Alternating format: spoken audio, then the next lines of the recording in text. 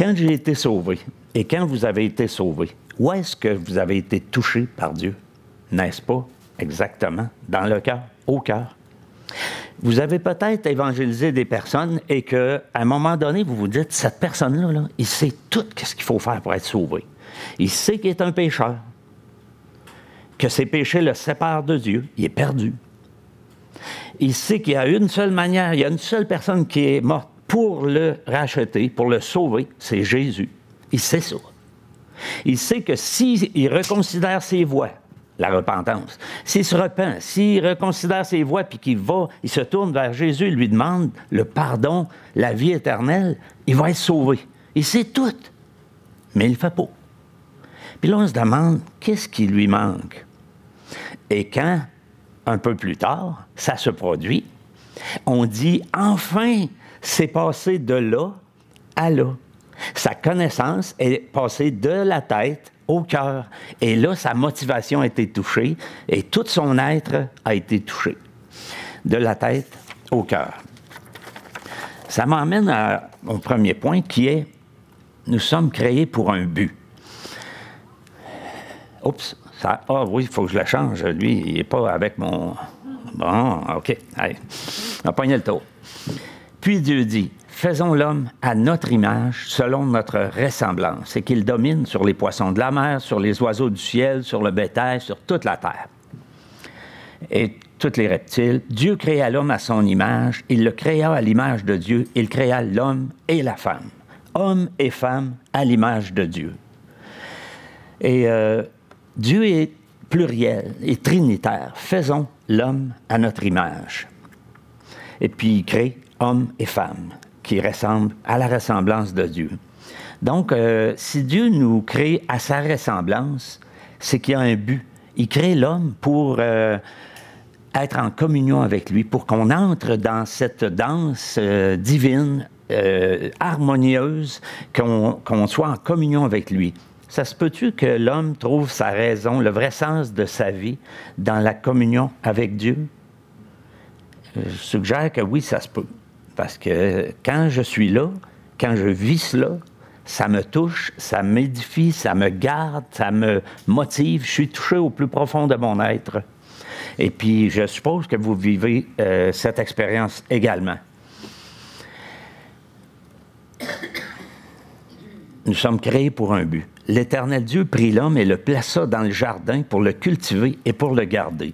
Dieu a créé l'homme et l'a placé dans le jardin d'Éden. Éden, ça veut dire de délices.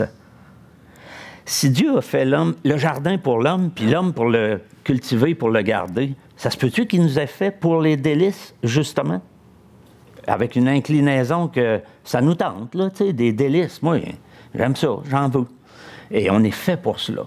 Donc, au plus profond de nous, Dieu a placé ce désir pour Éden, pour les délices, pour l'extase, pour la joie, pour la paix, pour les délices qui existent, la félicité, tout ce qui existe dans le jardin. Dieu nous a fait avec une inclinaison pour ça, avec une soif pour aller au cœur de Dieu, une soif de lui, avec un désir de vie intense. Il a créé l'homme comme ça, la femme aussi, évidemment. Quand je dis l'homme, il a créé, c'est l'homme et la femme. Il a créé l'être humain pour cette communion avec lui. Et on ne connaît personne qui n'est pas intéressé par le bonheur. Toutes les choses que je décris qui touchent, qui sont rattachées au bonheur, tout le monde est intéressé par ça. Mais on le cherche partout, souvent, sauf en Dieu, sauf en se tournant vers Dieu. Dans le jardin, la fille a dit « Dans la vie, il faut que tu vives ». C'est quoi ça? C'est que, croyant ou non croyant, là, dans la vie, il faut que tu vives. Il faut que ça goûte la vie. Il faut que la vie ait du goût. Il faut que ça soit passionnant. Il faut qu'il y ait quelque chose de plus que la mort. Tu sais, ça reste... C'est pas supposé d'être plate, la vie, là. Et Dieu nous a fait pour cela. Le soir, l'homme et la femme marchaient avec Dieu. Dieu nous a fait pour la communion avec lui. Alors, on va lire un passage maintenant qui est assez long. On va lire 11 versets. Genèse chapitre 3, versets 8 à 19. Et il faut que j'avance là également. Je m'excuse, j'ai oublié d'avancer. Mais là, je vais essayer de le faire en même temps. Alors, ils entendirent la voix de l'Éternel Dieu qui parcourait le jardin vers le soir. Et l'homme et sa femme se cachèrent loin de la face de l'Éternel Dieu, au milieu des arbres du jardin. Mais l'Éternel Dieu appela l'homme. Je m'excuse, j'ai avancé trop vite, là. Non, c'est correct.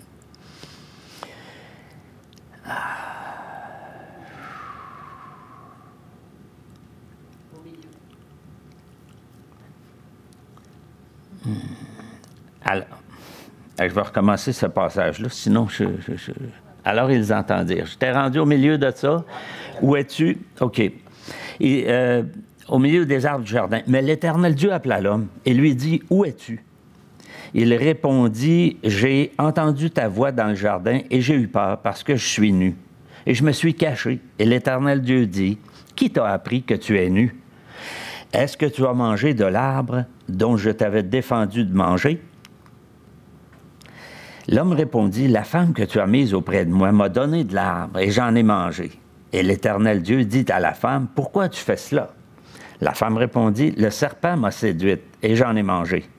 L'Éternel Dieu dit au serpent, puisque tu as fait cela, tu seras maudit entre tout le bétail et entre tous les animaux des champs. Tu marcheras sur ton ventre, tu mangeras de la poussière tous les jours de ta vie. Et je mettrai inimitié entre toi et la femme, entre ta postérité et sa postérité, celle-ci t'écrasera la tête et tu lui blesseras le talon. Il dit à la femme, j'augmenterai la souffrance de tes grossesses et tu enfanteras avec douleur. Et tes désirs se porteront vers ton mari, mais il dominera sur toi. Il dit à l'homme, puisque tu as écouté la voix de ta femme et que tu as mangé de l'arbre au sujet duquel je t'avais donné cet ordre, tu n'en mangeras point. Le sol sera maudit à cause de toi. C'est à force de peine que tu en tireras ta nourriture tous les jours de ta vie. Il te produira des ronces et des épines et des ronces, et tu mangeras de l'herbe des champs. C'est à la sueur de ton visage que tu mangeras du pain, jusqu'à ce que tu retournes dans la terre où tu as été pris, car tu es poussière, et tu retourneras à la poussière. C'est le passage central où ce qu'on voit au verset 9, où Dieu dit, l'Éternel Dieu appela l'homme et lui dit, où es-tu? Il y a dans cette question un amour passionné de Dieu pour l'homme, qui ne veut pas abandonner Adam, mais plutôt Dieu veut le rencontrer là où il se trouve. Exactement là où il est, c'est là que Dieu veut le rencontrer. En réalité, c'est la seule place où Dieu peut le rencontrer. Vous savez, des fois, on se fait un super moi. On se dit, si au moins je n'avais pas telle mauvaise habitude ou tel péché, si j'avais telle aptitude, tel talent, tel don, là, je vaudrais la peine que Dieu s'arrête à moi, qu'il prenne soin de moi. Là, je vaudrais quelque chose. On s'imagine un super moi. Et on pense que c'est là qu'il faudrait rencontrer Dieu. Mais Dieu, c'est pas ça qu'il dit. Il dit pas « Où aimerais-tu être? » Il demande à Adam « Où es-tu? » Et c'est là où il est que Dieu va le rencontrer. C'est la même chose pour nous. Quand Dieu s'adresse à nous et qu'il dit « Où es-tu? » Il ne veut pas savoir, Dieu, où tu aimerais être. Parce que des fois, on se met dans le pétrin. Puis on voudrait être ailleurs. Si vous êtes comme moi, là, ça vous arrive. Alors, des fois, on voudrait être autrement, on voudrait être ailleurs, on voudrait être différent. Dans un autre endroit, dans un autre moment. On voudrait changer d'époque, des fois, tellement qu'on ne se sent pas à bonne place. Mais Dieu ne nous demande pas « Où aimerais-tu être? » C'est pas où est-ce qu'on aimerait être que Dieu va nous rencontrer. C'est là où on est. C'est trop simple, mais c'est une chose à réaliser quand même. Que Dieu veut nous rencontrer au moment où il nous le demande et à l'endroit où on est, pas à une autre place. Pas besoin de se laver, de se rendre présentable pour se présenter à Dieu. On a juste à venir à Dieu tel que nous sommes, au moment où nous sommes, dans l'attitude, dans la manière qu'on est. C'est là qu'on arrive à Dieu, tel que nous sommes. Puis des fois, on se demande pourquoi il faudrait que je paye pour le péché d'Adam. bien là, celle-là est facile. Parce que, en réalité, vous et moi faisons le même choix qu'Adam à la première occasion.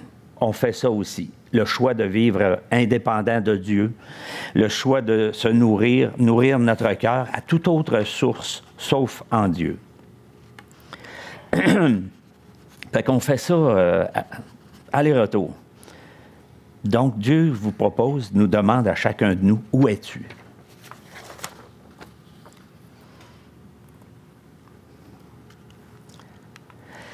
Là, évidemment, après le péché, Dieu va donner une punition. Mais j'appellerais ça une punition adaptée par l'amour. Dieu dit à la femme, « J'augmenterai la souffrance de tes grossesses, tu enfanteras avec douleur, et tes désirs se porteront vers ton mari, mais il dominera sur toi. » À la femme qui est naturellement bonne dans les relations, qui est naturellement portée vers les relations, Dieu lui parle de son désir. Puis Dieu dit, je vais mettre un peu d'échec dans tes compétences, dans ta force, là. Tu es bonne dans les relations, mais ça ne marchera pas tout le temps. Bien. Dieu, il dit, je vais brouiller ta source. Pas parce qu'il est mesquin, mais parce que Dieu ne veut pas qu'on se satisfasse, Simon dirait, avec notre coffre d'outils. Hein, notre coffre d'outils, on a des ressources. On n'est pas zéro, là, mais Dieu ne veut pas qu'on compte sur nos ressources, sur nos outils, sur nos capacités, sur nos dons, nos talents, nos forces. Dans notre force, Dieu dit à la femme, « T'es bonne, toi, dans les relations, t'es experte là-dedans, t'es excellente, mais ça va être difficile. » Puis il va brouiller un peu ta source. Parce que Dieu veut qu'on ne se satisfasse pas avec nos affaires à nous. Il veut qu'on se tourne vers lui. Ça, c'est beaucoup d'amour. Il faut le voir comme ça. C'est pas mesquin, c'est pas trompeur. Dieu le dit. T'es bonne, toi, dans les relations, tes désirs te porteront vers ton mari, mais il dominera sur toi. Alors, de tous les siècles, l'homme a dominé la femme, puis c'est pas facile pour la femme. À l'homme, Dieu dit, l'homme, lui, il est bon dans le travail. Vous le savez, on se rencontre des hommes, puis on dit, hey, tu fais quoi dans la vie? C'est ça notre question, nous autres. C'est de même. Fait que, moi, quand j'ai rencontré des gens à Patmos que je connaissais pas, un monsieur, ça me tentait de jaser avec. Je voyais qu'il était à la retraite, mais j'ai dit, vous avez travaillé dans quel domaine? Tu sais, c'est ça qui m'intéresse. Si tu veux, je te dis, moi, c'est de même. Puis lui aussi me l'a demandé. Tu sais, nous autres, les gars, c'est comme, le travail, là, c'est comme là que ça se passe. Mais Dieu, il dit à l'homme, toi, t'es bon dans le travail, hein?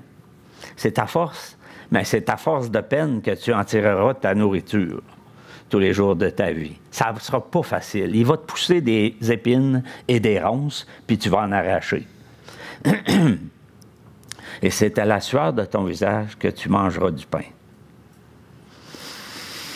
Alors, Dieu donne une punition adaptée par l'amour. À l'homme qui s'identifie habituellement à son travail, Dieu touche là où ça fait mal. On a juste à se rappeler de Nicodème, quand il a rencontré Jésus. Nicodème dit à Jésus, hein, on sait que tu viens de Dieu, parce qu'il n'y a personne qui peut faire les miracles que tu fais si Dieu n'est pas avec lui. Là. Ça se peut pas. Là. Mais Jésus, il dit, il faut que tu naisses de nouveau. Hein? Comment est-ce qu'un homme peut naître quand il est vieux? Peut-il rentrer dans le sein de sa mère puis naître? Jésus dit, non, ce qui est né de la chair, ça, c'est la chair. Ce qui est né de l'esprit, c'est l'esprit. Puis c'est comme le vent, tu ne sais pas d'où il vient ni où il va, mais tu en vois les effets, tu le sens. Mais, donc, il faut que tu naisses de nouveau. Nicodème, il dit, comment cela peut-il se faire? Nicodème, il gagne sa vie comment, lui? C'est le docteur d'Israël. C'est la connaissance de la loi, de toutes les Écritures d'alors. Et lui, sa vie, c'est sa connaissance. Puis Jésus lui dit, drette où que ça fait mal, il dit, tu es le docteur d'Israël et tu ne sais pas ces choses. Oh! Nicodème, il est touché droit au cœur. Jésus savait faire ça. Quand il parlait avec les gens, il touchait exactement au cœur. Où ce que, il manque quelque chose. Dieu ne veut pas qu'on se satisfasse avec nos forces, nos capacités puis notre coffre d'outils. Alors, il veut qu'on se tourne vers lui. C'est beaucoup d'amour. Un matin, lorsque je préparais ce message, je me suis réveillé, puis il y avait un verset qui tournait dans ma tête. « En elle était la vie ». Je me réveille, puis j'ai ces paroles-là qui tournent dans ma tête. « En elle était la vie ». Je me suis dit, voyons, c'est où que c'est écrit dans ça? Puis là, je me suis rappelé, ah oui, Jean chapitre 1. Jean chapitre 1, verset 4. Jean chapitre 1, c'est là où ça dit que la parole, au commencement était la parole était avec Dieu, la parole était Dieu. En elle était la vie. Et la vie était la lumière des hommes. En elle. Donc, dans le jardin d'Éden, là, c'était normal de trouver sa vie en Jésus. En elle était la vie.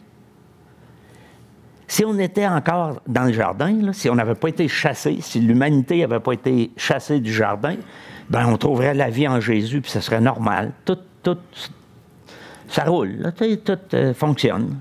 Mais on n'est plus là, là. Là, on doit lutter pour chercher notre vie en Jésus. Mais c'est un beau verset que j'ai aimé vous partager. Ouais. En elle était la vie. Et même si on ne sera pas complètement satisfait dans cette vie, parce qu'on est en dehors du jardin et qu'on est privé de la gloire de Dieu, mais on est quand même appelé à emmener notre cœur avec nous dans ce voyage et non à tuer notre désir. Dans Romains, chapitre 8. Or, nous savons que jusqu'à ce jour, la création tout entière souffre et soupire les douleurs de l'enfantement. Et ce n'est pas elle seulement, mais nous aussi, qui avons les prémices de l'Esprit. Nous aussi, nous soupirons en nous-mêmes, en attendant l'adoption, la rédemption de notre corps. Alors, l'apôtre Paul, il dit, nous aussi, nous soupirons en nous-mêmes. Paul, là, il n'avait pas étouffé son cœur. Bien qu'il en souffrait, il dit, nous soupirons et la création tout entière soupire et souffre. Bien, nous aussi. Mais c'est correct. C'est correct parce que ça nous rattache à Dieu, puis ça nous rappelle qu'il y a mieux qui s'en vient. Ça nous rappelle que c'est pas ici la vie entièrement. On goûte la vie, oui, ici, mais c'est pas uniquement ça. Il y a beaucoup plus à venir. Avez-vous déjà observé dans votre cœur ce désir pour la vie? Un désir pour la vie plus grand que nature. La vie telle qu'elle était censée être. Ce désir inscrit profond, au plus profond de chacun de nous. Désir d'extase, de joie, de bonheur, d'allégresse. Il y en a qui sautent en parachute pour se donner de l'adrénaline puis vivre ça. Je l'ai fait. J'aimais ça. J'aimais ça au bout. Mais ça dure 3-4 minutes. Mais c'est merveilleux de... Wow! C'est quelque chose. Mais c'est juste quelques minutes. Mais la vie, c'est plus que ça, là. Un jour dans tes parvis vaut mieux que 1000 ailleurs, nous dit le psaume 84, 11. David était roi. Fait qu'il n'était pas particulièrement pauvre. Il avait un assez bon budget. Comme roi, là, t'as un bon budget. Hein? Tu manques de rien, là. Puis il dit, un jour dans tes parvis vaut mieux que 1000 ailleurs. Alors, pourtant, ils avaient eu les 1000 jours ailleurs. Mais un jour en présence de Dieu, quand je suis dans la communion avec Dieu, là, ça vaut mieux que n'importe quoi d'autre, que s'exclamait David. Et dans le psaume 23, il finit en disant, « J'habiterai dans la maison de l'Éternel jusqu'à la fin de mes jours. » C'est quoi? De quoi il parle, là? De la communion avec Dieu. Je serai proche de Dieu jusqu'à la fin de mes jours. Pour toujours, je vais être proche de Dieu. Cette communion-là, je m'excuse, je n'ai pas avancé. Non, c'est correct. C'est ça. Alors, il nous parle de ça, du cœur en communion avec Dieu. Ça m'emmène au 4e point. On avance bien.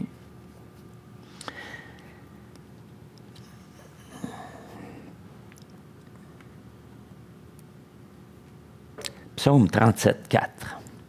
Un cœur tourné vers Dieu. C'est ça l'appel de Dieu. Dieu nous appelle à tourner notre cœur vers lui. Fais de l'Éternel tes délices et tu auras un château pour maison. Non, c'est pas ça qui est dit. Fais de l'Éternel tes délices et il te donnera ce que ton cœur désire. Je pourrais le paraphraser, tu sais. Tu comprendras ce que ton cœur désire. C'est ça que ton cœur désire. C'est ça que après quoi ton cœur soupire. C'est là ce que ton cœur désire. Avez-vous remarqué que quand Dieu a créé l'homme, il l'a créé pour le jardin, il l'a créé pour la communion avec lui, avec une inclinaison pour aller vers Dieu, puis une inclinaison pour aimer le jardin de délices, d'extase, de félicité, de joie, d'intégrité, d'ordre.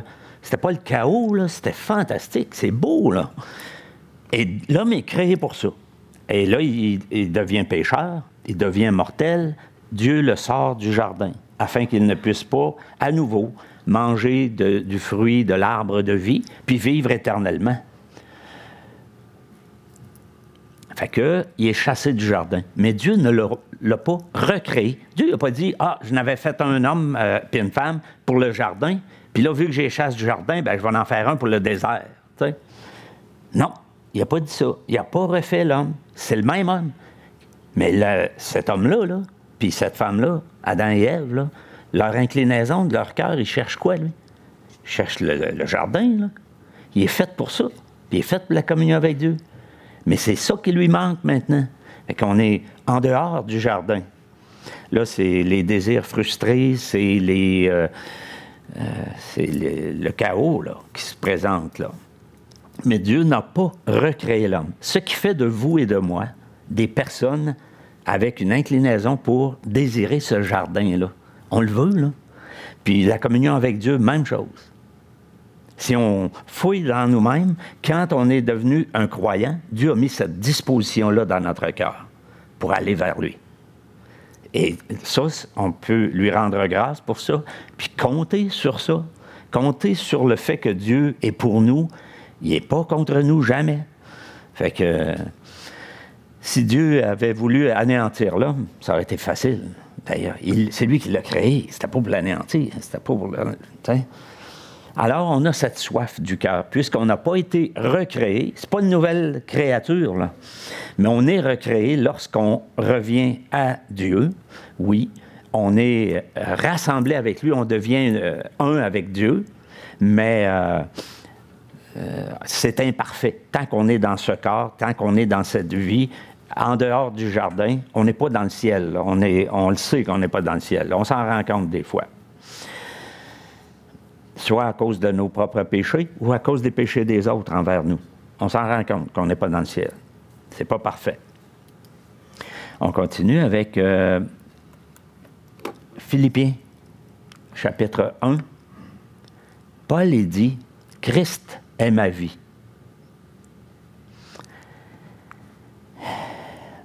Paul avait bien saisi cela. Christ est ma vie et mourir m'est un gain. Pour lui, sa vie, c'était la communion avec Christ. Et puis, dans un autre verset, il dit aux Colossiens, « Quand Christ, votre vie, paraîtra. » Alors, il insinue complètement que pour eux également, Christ est leur vie. C'est vrai pour nous aussi. Quand Christ, notre vie, paraîtra, alors vous paraîtrez aussi avec lui dans la gloire. Alors, ensuite, quand Paul enseignait, c'est-à-dire qu'il prêchait l'Évangile, il s'est en allé dans Actes chapitre 17, il est passé à Athènes, en Grèce, et il a vu là plein d'idoles. Et c'était une ville remplie d'idoles, remplie de faux dieux. Puis Paul, il sentait son esprit s'irriter en lui. Il n'en revenait pas comment est-ce que ces gens-là étaient idolâtres. Ils adoraient des affaires de pierre, de bois, d'or, d'argent, tous des faux dieux.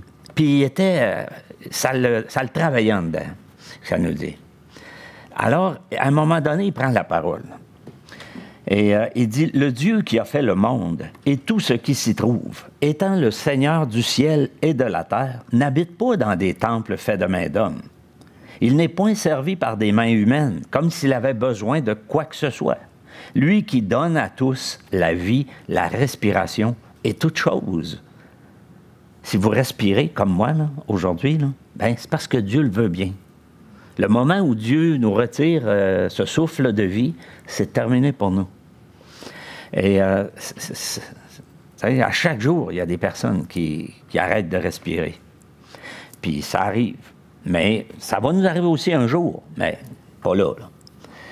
Pas tout de suite. On t'offre encore. Il a fait que tous les hommes, sortis d'un seul sang, habitent sur toute la surface de la terre, ayant déterminé la durée des temps et les bornes de leur demeure. Il a voulu qu'ils cherchent le Seigneur. Comment a-t-il fait cela?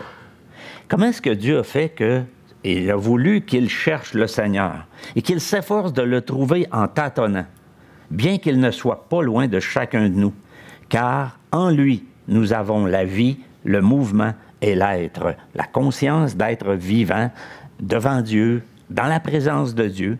C'est en lui qu'on a ça, car en lui, nous avons la vie. C'est Dieu qui nous a fait ainsi, par amour, avec cette inclinaison.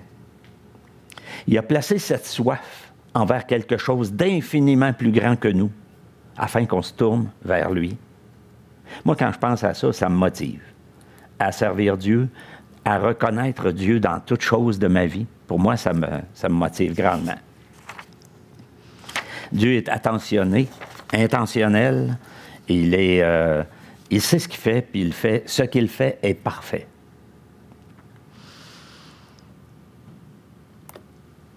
Ce n'est pas nouveau que Dieu cherche le cœur.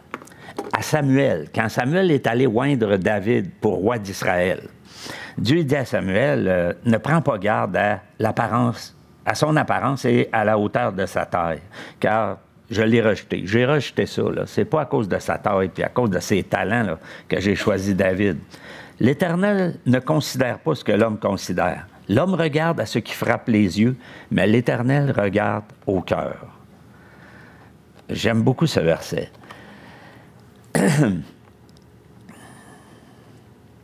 Certains vont chercher à remplir leur cœur, donc à trouver la vie dans leurs relations, d'autres dans le travail, d'autres dans le sport, d'autres dans le sexe, l'alcool, les drogues, etc. Mais toutes ces choses, bonnes ou mauvaises, ne sont que des contrefaçons de la vie véritable. La vie véritable, c'est la communion avec Dieu. Et un des pires choix que il nous arrive de faire, comme croyants, c'est le choix de se satisfaire dans cette vie, de se satisfaire avec nos propres outils, nos talents, nos capacités, nos dons. Heureusement, Dieu ne se repent pas de son appel ni de ses dons. Quand Dieu nous donne des dons, là, on peut s'en servir pour le glorifier, on peut s'en servir pour faire n'importe quoi aussi, qui est contre Dieu même. Puis il ne retire pas ses dons. Dieu t'a donné un don, tu l'as. Tu sais, et Dieu ne se repent pas de son appel ni de ses dons. C'est grandiose. Dieu, ce qu'il nous donne, il le donne.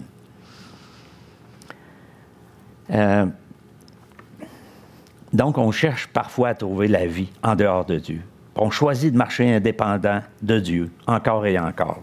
En réalité, ce péché-là, je vous dirais, d'après moi, là, c'est le plus répandu, parce que personne n'y échappe. On a tous marché dans cette trail-là. Et c'est le péché le moins reconnu. Ça paraît pas toujours, là. Ça paraît pas, là, que tu es en train de faire ta vie par toi-même. Mais non, tu as l'air t'es un bon chrétien, là. Mais tu es en train de faire ton bout par tes propres forces. Ça paraît pas. Puis c'est le péché le moins confessé, parce que souvent, on s'en aperçoit même pas. On se dit, hey, je sais que je veux faire, puis je vais le faire, puis c'est correct. Oui. Mais tu sais, si je le fais par moi-même, par ma force, puis sans tenir compte de ce que Dieu veut vraiment, eh bien, je suis en train de faire n'importe quoi. Mais indépendant de Dieu, c'est pas ça qui est gagnant, là. Et qu'est-ce qui intéresse le plus Dieu par rapport à moi? Est-ce que c'est ma connaissance ou où se porte mon cœur? C'est où se porte mon cœur, le verset qui nous le dit derrière. L'Éternel regarde au cœur. C'est là où Dieu regarde. Je vous disais que c'est pas nouveau, là. Jésus, il en a parlé. Il a dit, Ésaïe a bien prophétisé sur vous. quand il a dit « Ce peuple m'honore des lèvres, mais son cœur est éloigné de moi. » Voyez, déjà dans le temps d'Ésaïe, plusieurs centaines d'années avant Jésus, Ésaïe avait prophétisé, il avait dit au peuple, « Vous honorez Dieu des lèvres, vous savez, vous dites des belles choses sur Dieu, mais votre cœur, il n'est pas tourné vers Dieu. » C'est ça que Jésus reprend dans Matthieu 15, 8. « Ce peuple m'honore des lèvres, mais son cœur est éloigné de moi. » À une autre gang, Jésus dit, « Vous sondez les Écritures, parce que vous pensez avoir en elles la vie éternelle. Ce sont elles qui rendent témoignage de moi, et vous ne voulez pas venir à moi pour avoir la vie. » Là, Jésus parle de leur désir. Vous ne voulez pas. Donc, la volonté est engagée. Le désir, vous ne désirez pas venir à moi pour avoir la vie. Jésus dit, les Écritures, là, c'est de moi qui parle. Comment ça que vous sondez en pensant trouver en elle la vie, puis c'est moi la vie, puis vous ne voulez pas venir à moi. Alors, Jésus les met face à cette contradiction. Alors, le cœur, plus que tout, est ce qui intéresse Dieu.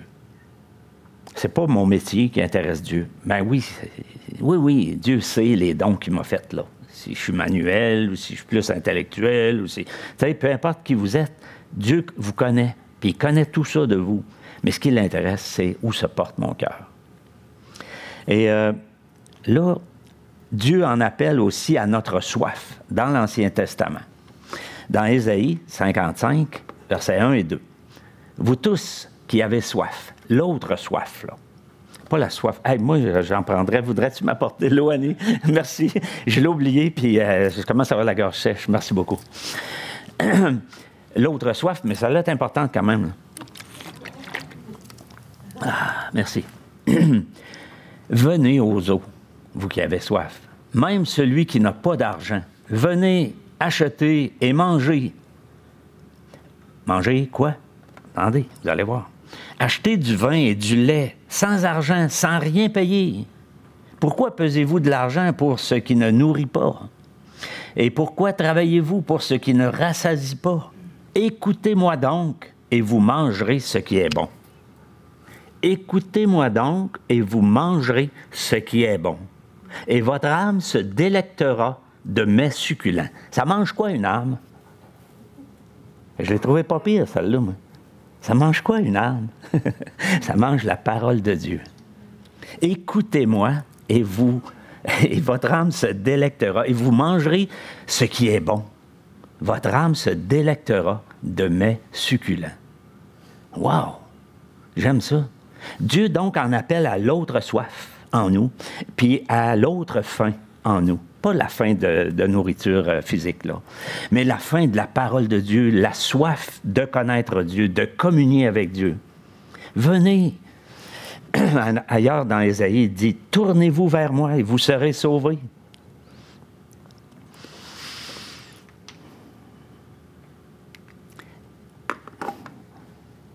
Quand Jésus s'avance, oups, je vais attendre un petit peu pour celle-là. Quand Jésus s'adressait aux personnes, à quel endroit est-ce qu'il s'adressait à l'individu? Est-ce qu'il parlait uniquement à ses tympans? Est-ce qu'il parlait à sa connaissance? Est-ce qu'il parlait à son cœur? Je vais vous donner plusieurs exemples où c'est évident que Jésus s'adressait au cœur de la personne ou à sa soif. Quand il a vu la Samaritaine au puits, dans Jean chapitre 4, et qu'il lui dit « Va chercher ton mari ». Elle dit « J'ai pas de mari ». Mais Jésus connaît toute son histoire, donc il lui dit hein, « Tu as raison de dire que tu n'as pas de mari, parce que tu as eu 5 maris, puis celui avec qui tu es n'est pas ton mari. » Là, elle s'aperçoit que Jésus sait son histoire. Là. Il connaît son histoire, toute sa vie. Puis ce que Jésus lui dit, si tu connaissais le don de Dieu, si tu savais ce que Dieu a en réserve pour toi, toi, tu m'aurais demandé à boire et je t'aurais donné de l'eau vive. Mais elle ne comprend pas pantoute, là, parce qu'elle dit, le puits est profond, tu n'as pas de chaudière, tu n'as rien pour puiser, d'où aurais-tu donc cette eau vive? Mais Jésus lui parle de l'autre soif. Et c'est là où il l'emmène à dire, jusqu'ici, essayer de satisfaire la soif profonde de ton cœur, ça ne t'a pas réussi ben, hein? Tu sais, 5 maris, puis celui avec qui tu es n'est pas ton mari, fait que ça n'a pas marché beaucoup. Jésus la touche direct sur sa soif, la soif de son cœur. C'est là où il parle. Et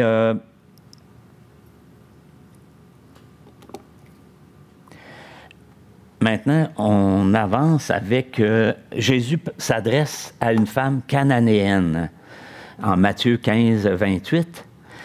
Cette femme-là a crié, « Seigneur, secours-moi, ma fille est cruellement tourmentée par le démon. » Jésus, il dit, « J'ai été envoyé aux brebis de la maison d'Israël. » Mais elle a dit, « Ben oui, mais les petits chiens se rassasient bien des miettes qui tombent de la table de leur maître. » Quelle humilité extraordinaire. Elle ne s'est pas fâchée contre Jésus. Elle n'a pas dit, « T'es donc bien hautain, vous vous prenez encore pour d'autres, vous autres, vous pensez grand. » Non. Je pense qu'elle avait compris que Jésus était Dieu, que Jésus était Seigneur, que Jésus ressuscitait des morts, que Jésus guérissait tous ceux qu'il rencontrait. Puis elle voulait être secourue parce qu'elle avait un besoin, un grand besoin. Sa fille, qui est cruellement tourmentée, elle demande à Jésus de la secourir. Puis Jésus, quand elle a répondu ça, l'affaire du petit chien qui se rassasie des miettes, là, Jésus dit, « Femme, ta foi est grande, qu'il te soit fait comme tu veux. » Dans une autre traduction, je pense que c'est synodal, ça dit, « Qu'il te soit fait selon ton désir. » Jésus lui dit ça, selon que comme tu veux, comme tu désires, c'est pas mal pareil. C'est ça que ça dit.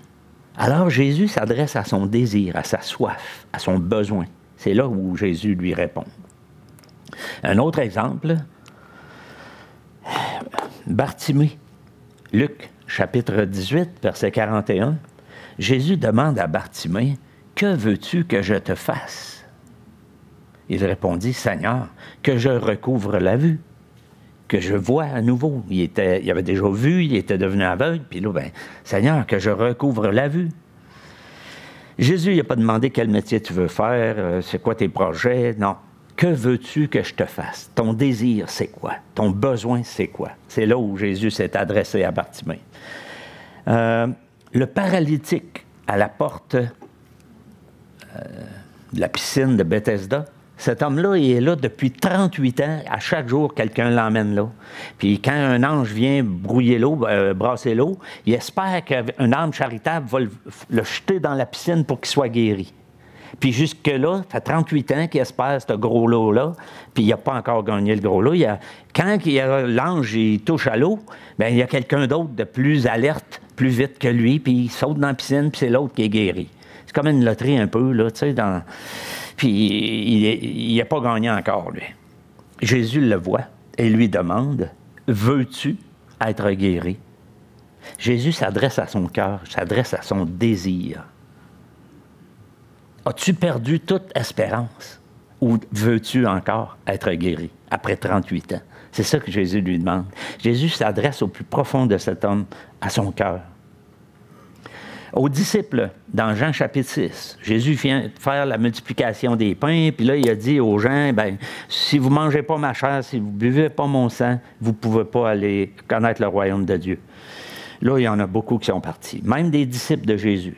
Il y en avait 70, là, il en reste plus rien que 12. Jésus va voir les 12, puis il dit, « Vous aussi, ne voulez-vous pas aussi vous en aller? » Il demande ça aux 12. Jésus s'adresse à leur désir. « Ne voulez-vous pas aussi vous en aller? » Il parle à leur cœur. Un autre exemple où Jésus s'adresse au cœur des personnes, c'est à l'église d'Éphèse dans l'Apocalypse. Cette église-là est louangée pour beaucoup de bonnes raisons, là. « Je connais tes œuvres. » Jésus qui parle à cette église-là. « Ton travail, ta persévérance. Je sais que tu ne peux supporter les méchants, que tu as éprouvé ceux qui se disent apôtres et qui ne le sont pas, et que tu les as trouvés menteurs. Donc, ta doctrine est droite. Ça marche, tu es correct, que tu as de la persévérance, que tu as souffert à cause de mon nom et que tu ne t'es pas lassé. Mais ce que j'ai contre toi, c'est que tu as abandonné ton premier amour. » Donc Jésus parle au cœur de cette église-là, dire, ton cœur qui est plus tourné vers moi, tu te satisfais où, là? Où tu cherches la vie, là? Hein? C'est ça la question que Jésus amène à l'église d'Éphèse.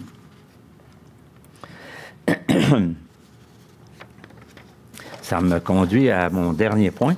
le 5e et le dernier, dans Jean, au chapitre 7. Jésus est à Jérusalem et dans le temple, il va demander que celui qui a soif, si quelqu'un a soif, qu'il vienne à moi. Je pense qu'il est impératif de connaître notre désir, notre soif, notre quête de vie, puis surtout de tourner notre cœur, notre quête, notre soupir après Dieu, tourner vers Dieu pour se satisfaire en Dieu, chercher la vie qui vient de Dieu, pour se délecter de mets succulents, que Ésaïe disait, dans notre âme. Alors Jésus, le dernier jour, le grand jour de la fête, Jésus se tenant debout, s'écria. C'est rare que Jésus lève le ton, mais là, il s'est écrié. Ça se peut que ça sortait fort un peu, là. Il a voulu attirer l'attention. Si quelqu'un a soif, qu'il vienne à moi et qu'il boive. Alors, c'est notre appel. Encore faut-il reconnaître cette soif. As-tu soif, mon frère, ma sœur? Il faut emmener son cœur dans le voyage de la vie. Il faut tenir son cœur en éveil. Reconnaître ce désir-là, puis le tourner vers Dieu. On a absolument besoin d'accueillir cette nouvelle identité que Dieu nous donne. Réaliser combien Dieu est gracieux envers nous. On est son œuvre. Éphésiens 2,10 dit « Nous sommes son ouvrage, son œuvre d'art. » On est comme le tableau que Dieu a peint. Chacun de nous, chacun de vous, là, vous êtes une œuvre d'art dans les mains de Dieu. Dieu vous reconnaît pour une valeur énorme, extraordinaire. Là. Et c'est ça. C'est pas que le monde tourne autour de nous. Je ne veux pas aller à cet extrême-là. Là, hein? Mais on a une valeur extraordinaire aux yeux de Dieu. On est son œuvre d'art. Et Dieu ne nous demande pas d'être quelqu'un d'autre. Une fois que j'accueille dans mon cœur ma véritable identité, il me reste simplement qu'à être ce nouveau moi-même, mon vrai moi-même. Le verset suivant, c'est ma conclusion. Proverbe 4, 23. Garde ton cœur plus que toute autre chose, car de lui viennent les sources de la vie. Je vous suggérais en début que Dieu s'adresse à notre cœur, Dieu s'intéresse à où notre cœur se porte, où notre cœur est tourné. Et là, il dit, garde ton cœur plus que toute autre chose. Est-ce qu'il s'agit ici uniquement de garde ton cœur loin du péché? Ça se peut qu'il y ait cette exhortation-là là, dans le verset. Mais moi, je vous suggère que garde ton cœur plus que toute autre chose. Ça veut dire, considère ton désir, ta soif. Considère les dispositions que Dieu a mises en toi quand tu as été sauvé. Et considère ça. Parce que c'est de là que viennent les sources de la vie. Dieu va diriger ta vie par ton cœur. Je vous pose une question. J'ai connu, puis je connais une jeune femme qui est allée, je ne sais pas exactement, 10-12 ans en Sibérie pour traduire la parole de Dieu dans cette langue autochtone là-bas. Je ne sais même pas prononcer le nom de cette langue-là, c'est assez spécial. Mais c'est quoi que ça prend pour aller là? Est-ce que ça prend une connaissance? Oui. Ça prend certainement, oui, une bonne connaissance des langues, puis de savoir comment... Il faut être expert en langue. Elle avait ça. Mais est-ce que c'est suffisant? Non. Ça prend plus que ça. Ça prend une motivation profonde dans le cœur. Il faut vouloir accomplir quelque chose pour Dieu, puis dire, c'est sûr, là, moi, j'aimerais entendre son témoignage à nouveau, mais je suis sûr qu'elle nous dirait qu'elle était poussée par Dieu d'aller faire quelque chose pour marquer cette histoire de la Sibérie. Hey, la Sibérie, t'as pas dessus?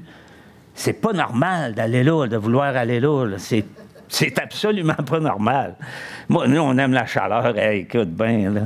Mais nous, on aime, tu sais. C'est ça qui est important. Nous, on aime la... C'est vrai que j'aime la chaleur, là. Mais je suis pas porté à m'acheter un voyage en Sibérie, moi.